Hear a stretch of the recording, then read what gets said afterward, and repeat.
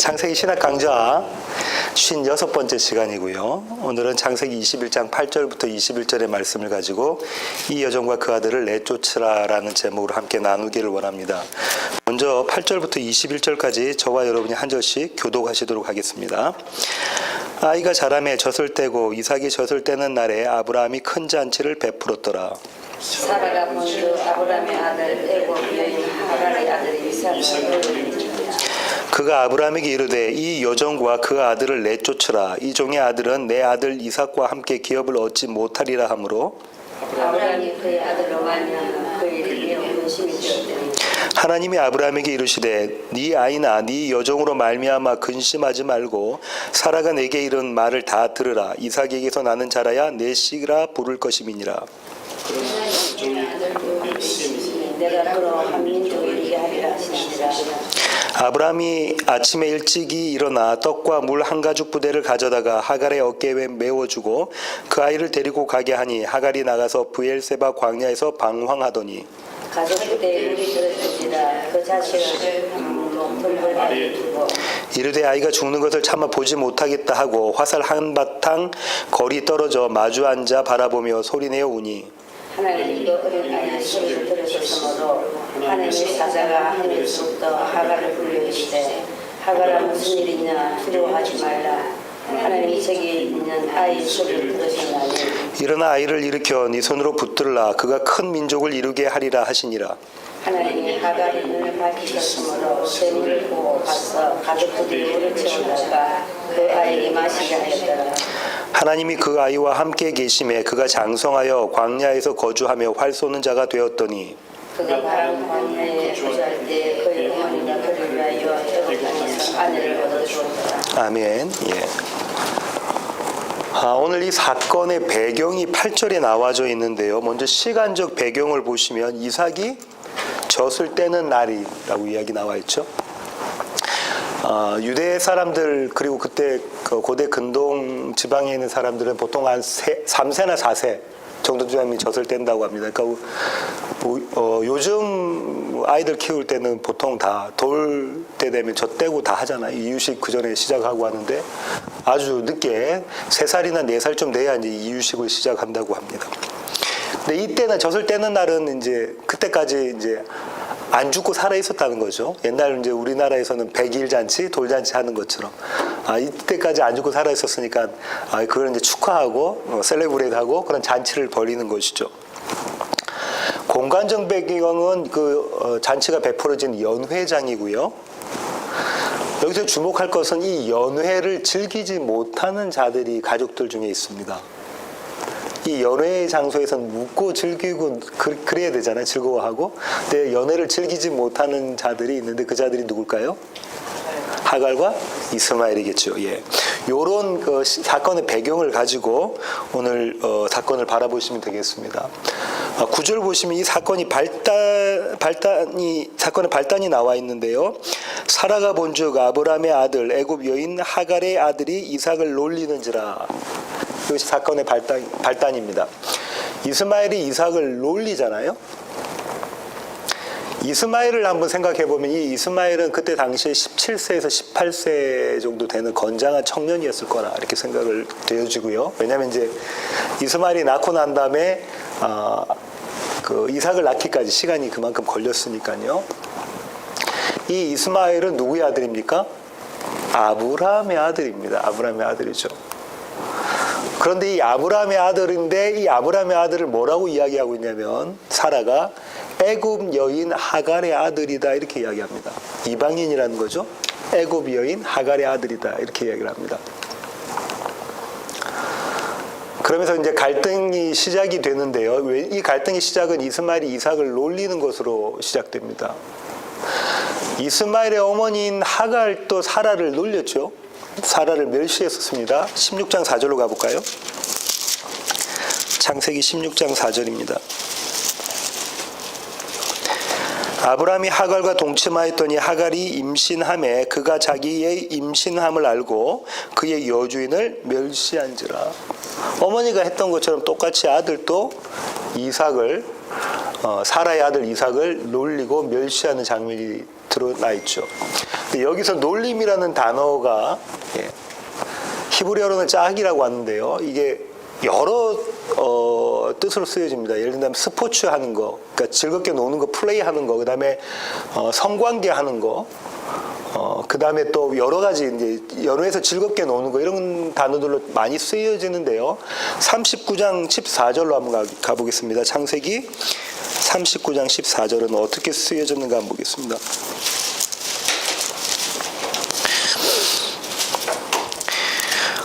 요셉이 애굽 사람 보디발 장군의 집에 하인으로 들어가게 되잖아요.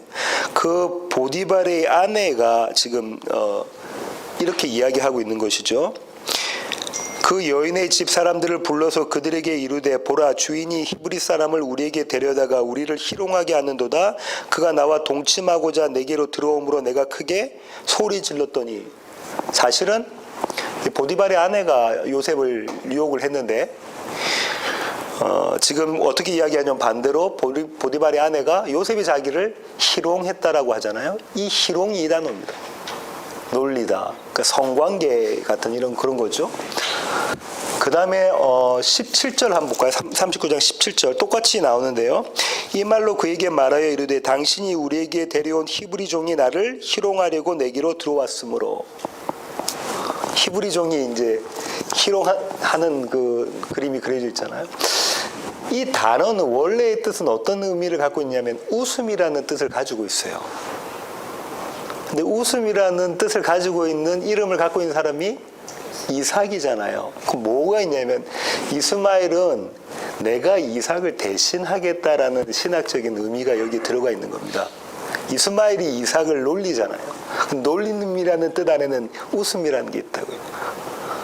내가 이 웃음을 독차지하겠다라는 이야기인 것이죠. 왜 이스마엘은 이삭을 놀렸을까요? 16년, 17년 동안 이스마엘은 아버지의 사랑을 독차지했었습니다. 그죠? 그런데 이제 이 사랑을 빼앗기게 된 거잖아요. 17장 18절 볼게요. 아브라함이 이스마엘에 대해서 어떻게 생각하고 있는지, 하나님께 어떻게 말씀을 드렸는지 17장 18절 한번 보겠습니다. 아브라함이 이에 하나님께 아뢰되 이스마엘이나 하나님 앞에 살기를 원하나이다.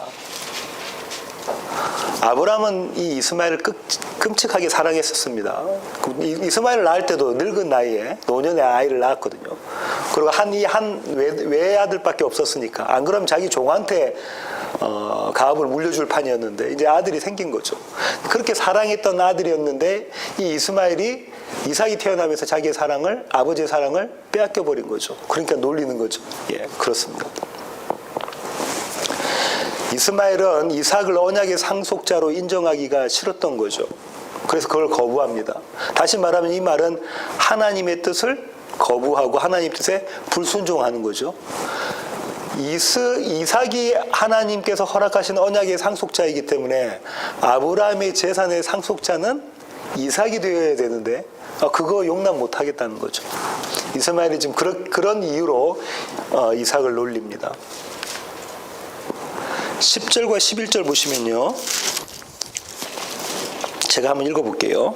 그가 아브라함에게 이르되 이 여종과 그 아들을 내쫓으라.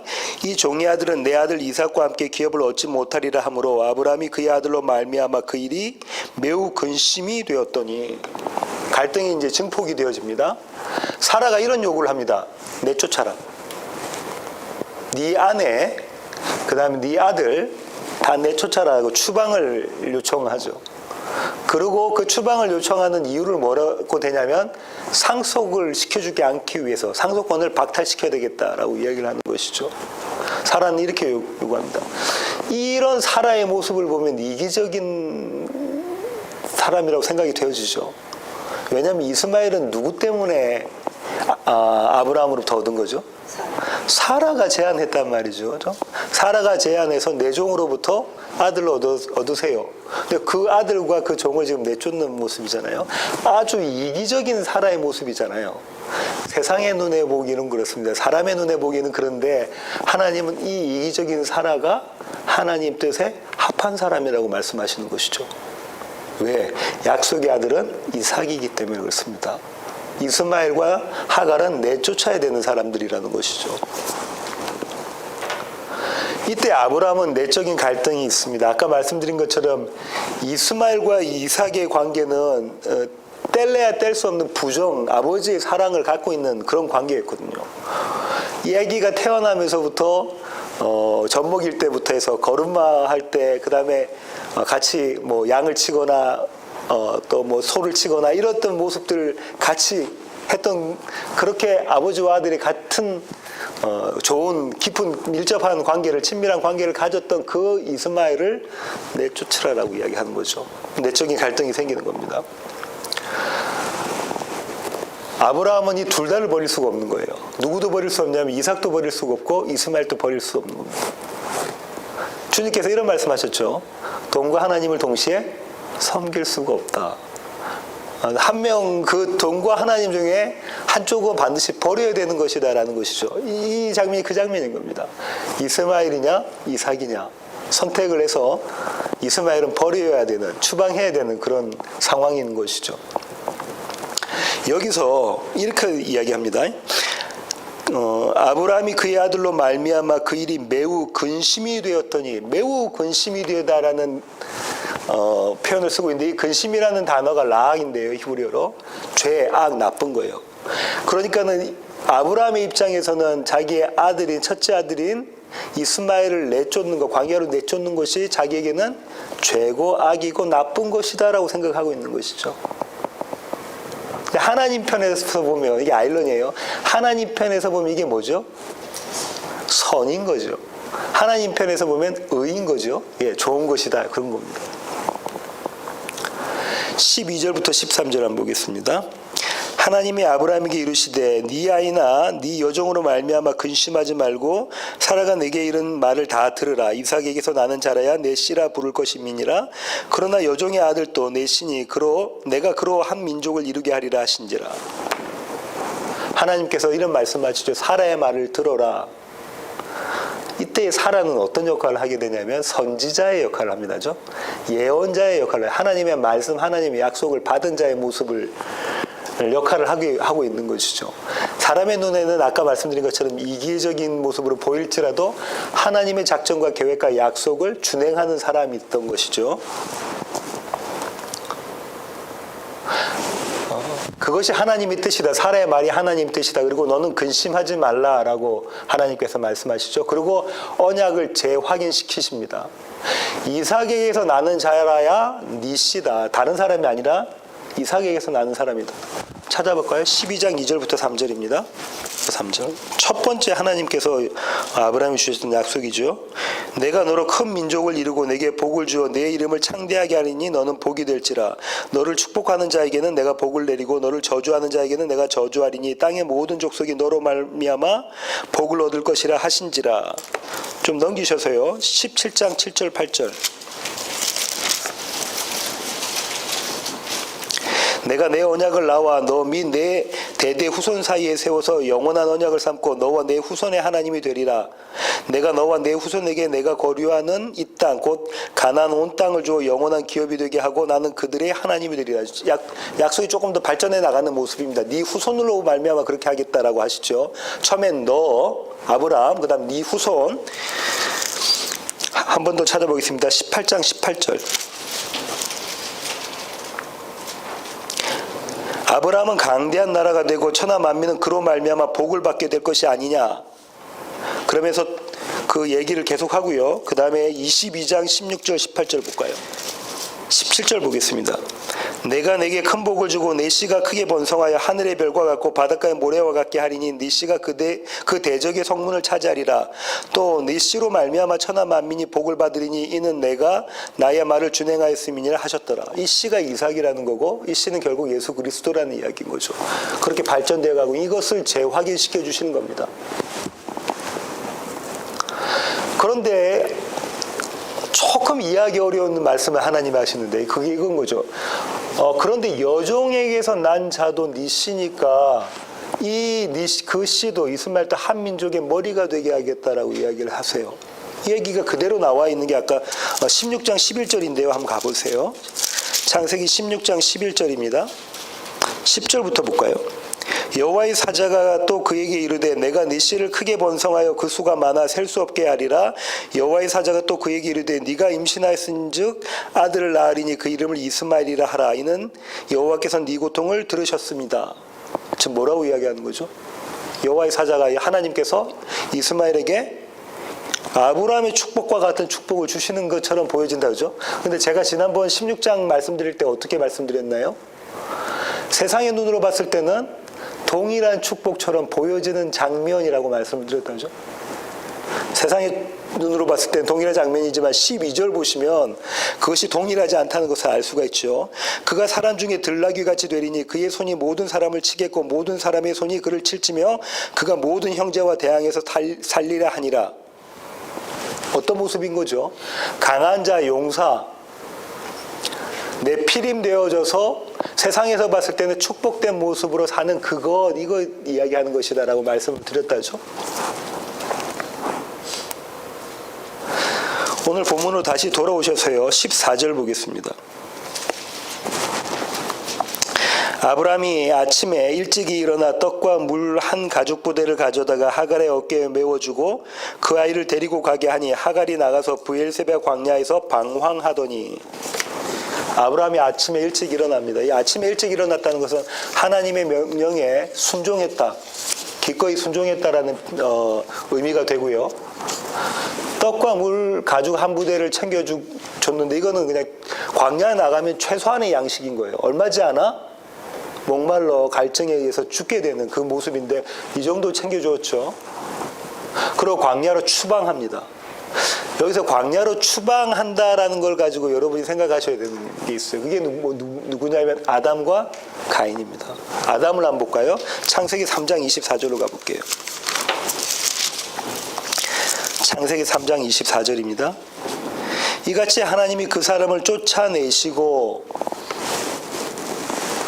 아담과 하와를 하나님께서 에덴 동산에서 쫓아내시는 장면이잖아요. 4장 14절 가볼까요?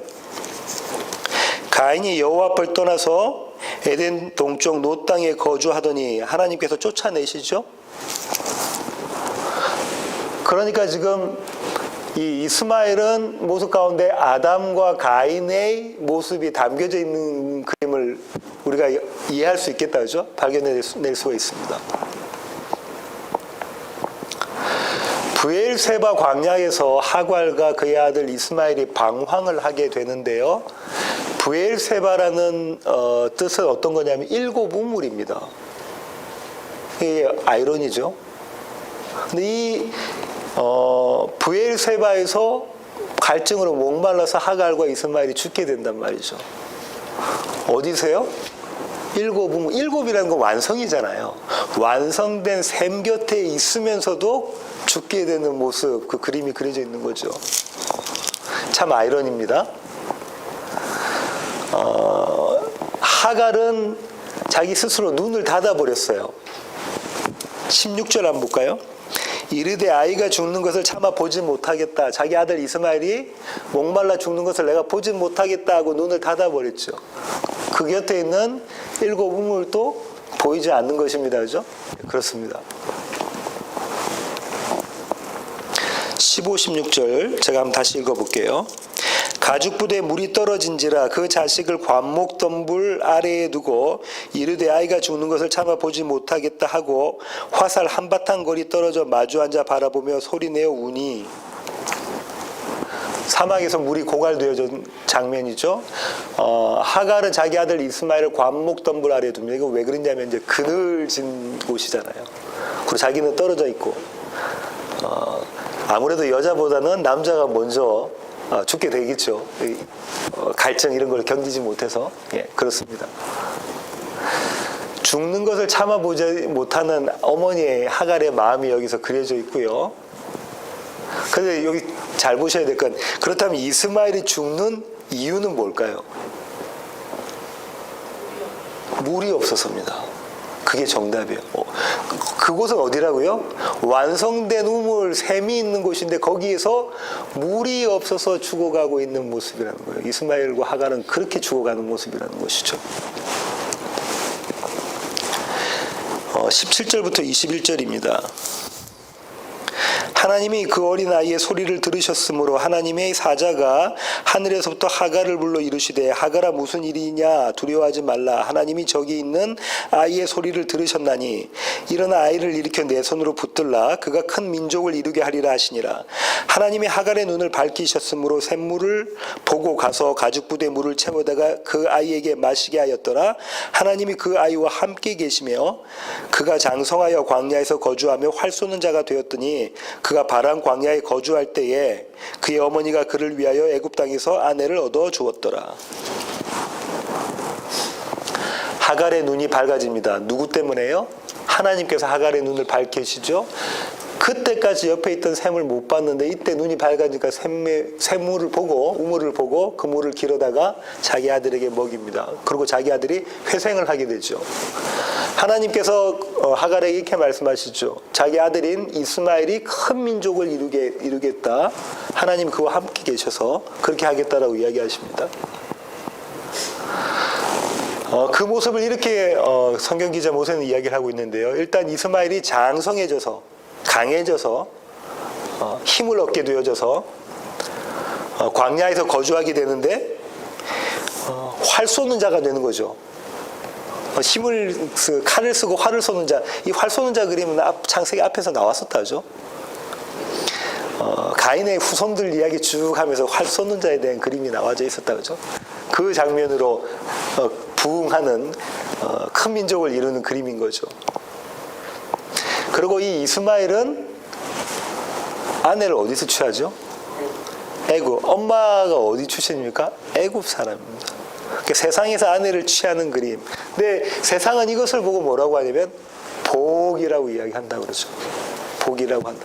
그런데 하나님께서 이것을 여기 간섭하고 계시고 개입하고 계시는 거죠. 그렇습니다. 시 107편을 한번 볼까요? 4절부터 한번 볼게요. 그들이 광야 사막길에서 방황하며 거주할 성읍을 찾지 못하고 줄이고 목이 말라 그들의 영혼이 그들 안에서 피곤하였도다. 이에 그들이 근심 중에 여호와께 부르짖음에 그들의 고통에서 건지시고 또 바른 길로 인도하사 거주할 성읍에 이르게 하셨도다. 여호와의 인자하심과 인생에게 행하신 기적으로 말미암아 그를 찬송할지로다. 그가 사모하는 영혼에게 만족을 주시며 줄인 영혼에게 좋은 곳으로 채워주시미로다. 이스마엘의 상황과 똑같아 보입니다. 그죠? 시편 기자가 지금 이 얘기하고 있는 거 아닙니까? 광야 사막길에서 방황하며 거주할 성읍을 찾지 못하고 목이 말라 죽게 되어졌는데 그래서 근심 중에 여호와께 부르짖었더니 여호와께서 물을 주시고 그들에게 축복하시고 만족을 주시고 그런 그림이 그려져 있잖아요. 이게 동전의 양면이라고. 한쪽 면에서는 그렇게 보이지만 한쪽 면에서는 여호와 없음의 그림인 거죠. 세상 사람들의 눈에 볼 때는 그렇다는 것이죠. 우리 안에서도 이 동전의 양면이 있는 것입니다. 이 이스마엘이 이삭을 희롱한 것에 대해서 바울은 어떻게 해석했는가 한번 가보겠습니다. 갈라디아서 4장 29절입니다. 그러나 그때 육체를 따라 난 자가 성령을 따라 난 자를 박해한 것 같이 이제도 그러하도다. 어떻게 해요? 육체를 따라 난 자가 성령을 따라 난 자를 박해한 것 같이 이제도 그러하도다. 이렇게 이야기했죠. 21절부터 한번 쭉 바울이 어떤 이야기를 하고 있는지 한번 살펴보겠습니다. 21절부터 5장 1절까지 한번 읽어보죠. 내게 말하라. 율법 아래에 있고자 하는 자들아 율법을 듣지 못하였느냐. 기록된 바 아브라함에게 두 아들이 있으니 하나는 여종에게서 하나는 자유 있는 여자에게서 낳았다 하였으며 여종에게서는 육체를 따라 낳고 자유 있는 여자에게서는 약속으로 말미암았느니라. 이것은 비유니 이 여자들은 두 언약이라. 하나는 신의 산으로부터 종을 낳은 자니 곧 하갈이라. 이 하갈은 아라비아에 있는 신의 산으로서 지금 있는 예루살렘과 같은 곳이니 그가 그 자녀들과 더불어 더불어 종노릇하고 오직 위에 있는 예루살렘은 자유자니 곧 우리의 어머니라. 기록된 바 잉태하지 못한 자여 즐거워하라. 상고를 모르는 자여 소리질러 외치라. 이는 홀로 사는 자의 자녀가 남편 있는 자의 자녀보다 많음이라 하였으니 형제들아 너희는 이삭과 같이 약속의 자녀라. 그러나 그때의 육체를 따라 난 자가 성령을 따라 난 자를 박해한 것 같이 이제도 그러하도다. 그러나 성경이 무엇을 말하느냐. 여종과 그 아들을 내쫓으라. 여종의 아들이 자유 있는 여자의 아들과 더불어 유업을 얻지 못하리라 하였느니라. 그런즉 형제들아 우리는 여종의 자녀가 아니요 자유 있는 여자의 자녀니라. 그리스도께서 우리를 자유롭게 하려고 자유를 주셨으니 그러므로 굳건하게 서서 다시는 종의 멍에를 매지 말라. 바울은 지금 뭐라고 말하냐면 이스마엘과 이삭의 이야기, 아브라함의 두 아들들의 이야기를 뭐라고 이야기해요? 비유다 이렇게 이야기하네요. 우리에게 무언가를 가르쳐주기 위한 그림 언어다 이렇게 이야기를 하고 있잖아요. 그림 언어라고 이야기를 하면서 쭉 설명을 해나가죠. 아브라함에게는 두 아들이 있었다. 그런데 두 아들은 이스마엘과 이삭인데 이스마엘은 육체를 따라 난 자다. 이삭은 약속을 따라 난 자다. 또 다른 말로는 성령을 따라 난 자다 이렇게 이야기하고 있죠. 이스마엘은 여종, 종의 자녀다라는 거죠. 우리는 누구의 종되었었죠? 뱀의 종되었었던 모습, 사탄의 종되었었던 모습이죠. 여종의 자녀다. 그러나 이삭은 자유 있는 종이 아니라 자유 있는 주인의 자녀이다. 이스마엘은 시내산 언약으로부터 나온 것이다. 왜냐하면 이 시내산 언약을 뭐라고 이야기하냐면 하갈이라고 이야기하고 있잖아요. 그리고 이것은 지금 있는 예루살렘이다라고 이야기를 하고 있습니다. 그죠? 지금 있는 예루살렘이다. 근데 이삭은 예루살렘이긴 예루살렘이긴데 어디에 있는 예루살렘? 위에 있는 예루살렘, 천상의 예루살렘, 묵시의 예루살렘, 새하늘과 새 땅 그 예루살렘이다 이렇게 이야기죠. 그거로부터 그 언약으로부터 난 아들이 이삭이다 이렇게 이야기합니다. 이 얘기는 다시 말하면 이스마엘은 옛사람이다. 이삭은 새사람이다. 동전의 한 면은요 이런 겁니다. 동전의 한 면은 창세기 3장 15절에 뱀의 후손과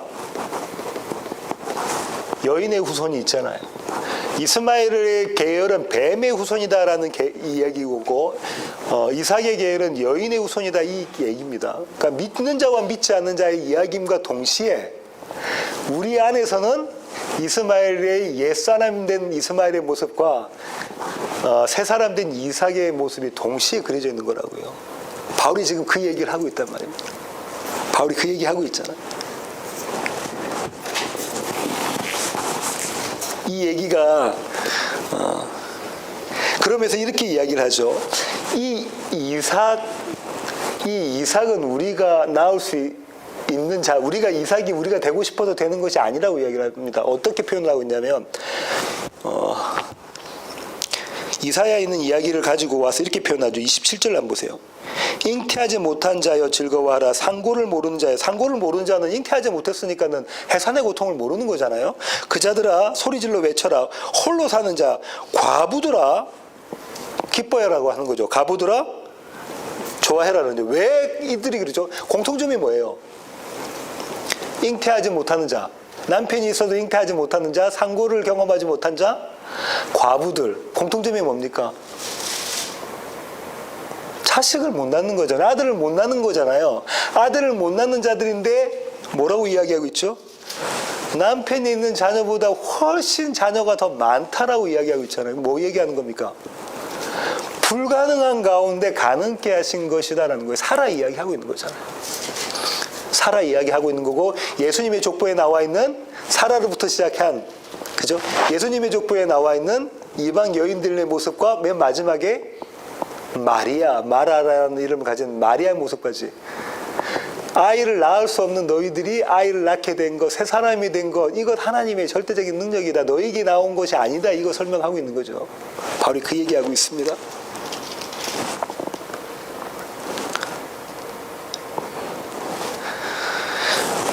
이삭의 출생은 갈등의 시작입니다. 그런가요?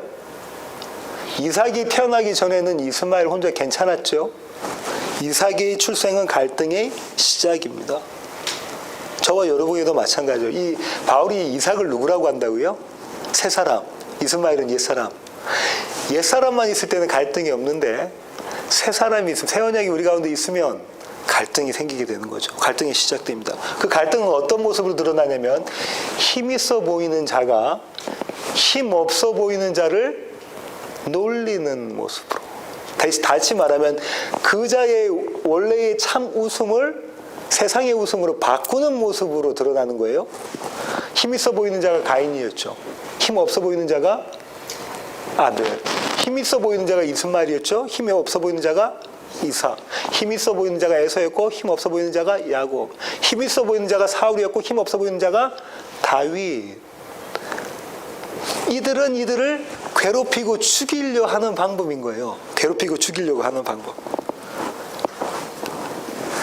힘 없어 보이는 자의 대표적으로 오신 분이 누구라고요? 예수 그리스도입니다. 아벨과 이삭과 야곱과 다윗은 누구를 상징하는 거예요? 예수를 상징하고, 다시 말하면 교회를 상징하는 것이죠. 이사야 53장 2절부터 4절로 가겠습니다. 힘없어 보이는 예수를 이사야 선지자는 어떻게 표현하고 있는 걸 보겠습니다. 그는 주 앞에서 자라나기를 연한 순 같고 마른 땅에서 나온 뿌리 같아서 고운 모양도 없고 풍채도 없은즉 우리가 보기에 흠모할 만한 아름다운 것이 없도다. 고개 돌린다는 거죠. 그는 멸시를 받아 사람들에게서 버림받았으며 강고를 많이 겪었으며 질고를 아는 자라. 마치 사람들이 그에게서 얼굴을 가리는 것 같이 멸시를 당하였고 우리도 그를 귀히 여기지 아니하였도다. 우리조차도 그랬다는 겁니다. 그는 실로 우리의 질고를 지고 우리의 슬픔을 당하였거늘 우리는 생각하기를 그는 징벌을 받아 하나님께 맞으며 고난을 당한다 하였노라. 그러면서 그가 찔림을 하고 계속 나오죠. 힘 없어 보이는 자의 모습. 그런데 원시복음이 사탄에게 주어진 다음에, 뱀에게 주어진 다음에, 옛뱀에게 주어진 다음에 이 옛뱀은 언제나 여인의 후손을 죽이려 합니다. 그 모습으로 드러나나요? 가인의 모습에서 드러나나요? 아벨을 쳐 죽이죠. 이스마엘이 쳐 죽이려고 그러죠. 이삭을. 에서도 그러나요? 죽이려고 합니다. 자기 동생을. 그죠? 사울도 그러나요? 그 모습인 거죠. 왜 그렇죠? 장자권, 상속, 하늘의 재산을 소유할 자를 죽이려고 하는 그림으로 그려져 있잖아요. 모두 다 똑같이 그 그림이 그려져 있잖아요. 그 그림이 그려져 있습니다. 오늘 이 신학광제의 결론이 이 여종과 그 아들을 내쫓으라인데요. 바울은 우리 안에 두 마음이 있다고 이야기합니다. 로마서로 가겠습니다. 로마서 8장 1절부터 11절인데요. 그러므로 이제 그리스도 예수 안에는 자에게는 결코 정죄함이 없나니 이는 그리스도 예수 안에는 생명의 성령의 배부이 죄와 사망의 법에서 너를 해방하였음이라. 율법이 육신으로 말미암아 연약하여 할 수 없는 그것을 하나님은 하시나니 곧 죄로 말미암아 자기 아들을 죄 있는 육신의 모양으로 보내어 육신의 죄를 정하사 육신을 따르지 않고 그 영을 따라 행하는 우리에게 율법의 요구가 이루어지게 하려 하심이니라. 육신을 따르는 자는 육신의 일을, 영을 따르는 자는 영의 일을 생각하나니 육신의 생각은 사망이요 영의 생각은 생명과 평안이니라. 육신의 생각은 하나님과 원수가 되나니 이는 하나님의 법에 굴복하지 아니할 뿐 아니라 할 수도 없음이라. 육신에 있는 자들은 하나님을 기쁘시게 할 수 없느니라. 만일 너희 속에 하나님의 영이 거하시면 너희가 육신에 있지 아니하고 영에 있나니 누구든지 그리스도의 영이 없으면 그리스도의 사람이 아니니라. 또 그리스도께서 너희 안에 계시면 몸은 죄로 말미암아 죽은 것이나 영은 의로 말미암아 살아있는 것이니라. 예수를 죽은 자 가운데서 살리신 이의 영이 너희 안에 거하시면 그리스도 예수를 죽은 자 가운데서 살리신 이가 너희 안에 거하시는 그 영으로 말미암아 너희 죽을 몸도 살리시리라. 바울은 이렇게 이야기하죠. 두 생각을 정리하는데요. 육신의 생각과 영의 생각을 정리합니다. 육신의 생각은 사망이라는 거죠. 영의 생각은 생명과 평화. 같은 얘기입니다. 생명과 평화. 육신의 생각은 하나님과 원수되는 것, 하나님을 대적하는 것이죠. 영의 생각은 하나님의 신부가 되는 것, 자녀가 되고 하나님의 친구가 되는 것이다. 그죠? 표현은 안 하고 있지만 그 안에 함축적으로 담고 있는 것이죠. 육신의 생각은 하나님께 불순종하는 것, 하나님의 뜻, 하나님의 약속, 하나님의 작정을 거부하는 것. 이게 죄라고 그랬어요. 불순종하는 것, 굴복하지 않는 것. 영의 생각은 하나님 뜻에 순종하는 것, 하나님의 뜻에 굴복하는 것. 바울은 이렇게 정리를 하고 있다죠. 그러면서 이 육신의 생각을 가졌던 자의 모습이 자기 안에 있다고 해요? 없다고 해요? 있다고 바로 7장에서 그 고백을 하고 있잖아요. 7장 한번 볼까요? 25절. 24절부터 볼게요. 오라 나는 곤고한 사람이로다. 이 사망의 몸에서 누가 나를 건져내랴. 누가 나를 건져낼 자가 있느냐 이렇게 이야기를 하고 난 다음에 복음을 선포하죠. 우리 주 예수 그리스도로 말미암아 하나님께 감사하리로다. 하나님의 아들인 예수 그리스도가 나를 건져낸다라는 거죠. 그러고 난 다음에 바로 이어서 이렇게 얘기합니다. 그런즉 내 자신이 마음으로는 하나님의 법을 육신으로는 죄의 법을 섬기노라. 여전히 육신으로는 사망의 생각, 하나님과 원수된 모습, 하나님께 불순종한 모습이 드러난다라는 것이죠. 하지만 이 가운데서 하나님께서 일하고 계시다라고 이야기를 바울이 하고 있는 거죠. 어떻게 해요? 그 아들을 내쫓으라라는 명령을 하나님께서 주시고 그 일을 하시는 분이 누가 하시는지 또 어떤 방법으로 하시는지 바울이 이야기를 합니다. 여기서. 그게 뭐냐고요? 하나님의 영, 그리스도의 영, 우리 안에 계신 영, 이건 누굽니까? 성령. 삼위일체 하나님의 영이 우리 안에 계셔서 우리 안에 있는 이스마엘을 내쫓게 하시고 그 다음에 이삭으로 가득하게 만들어 가신다는 것이죠. 이것이 오늘 나누는 본문의 결론입니다. 바울은 이렇게 고백하죠. 우리로서는 도저히 이 일을 할 수가 없지만 하나님께서 그 일을 우리 가운데 열심히 지금 행하고 계신다. 이렇게 이야기하고 있습니다. 이 한 분 하나님을 예배하는 오늘의 예배 되기를 원합니다. 기도하시겠습니다. 하나님 아버지 감사합니다. 하나님, 우리가 이스마엘이라는 것 알고 있습니다.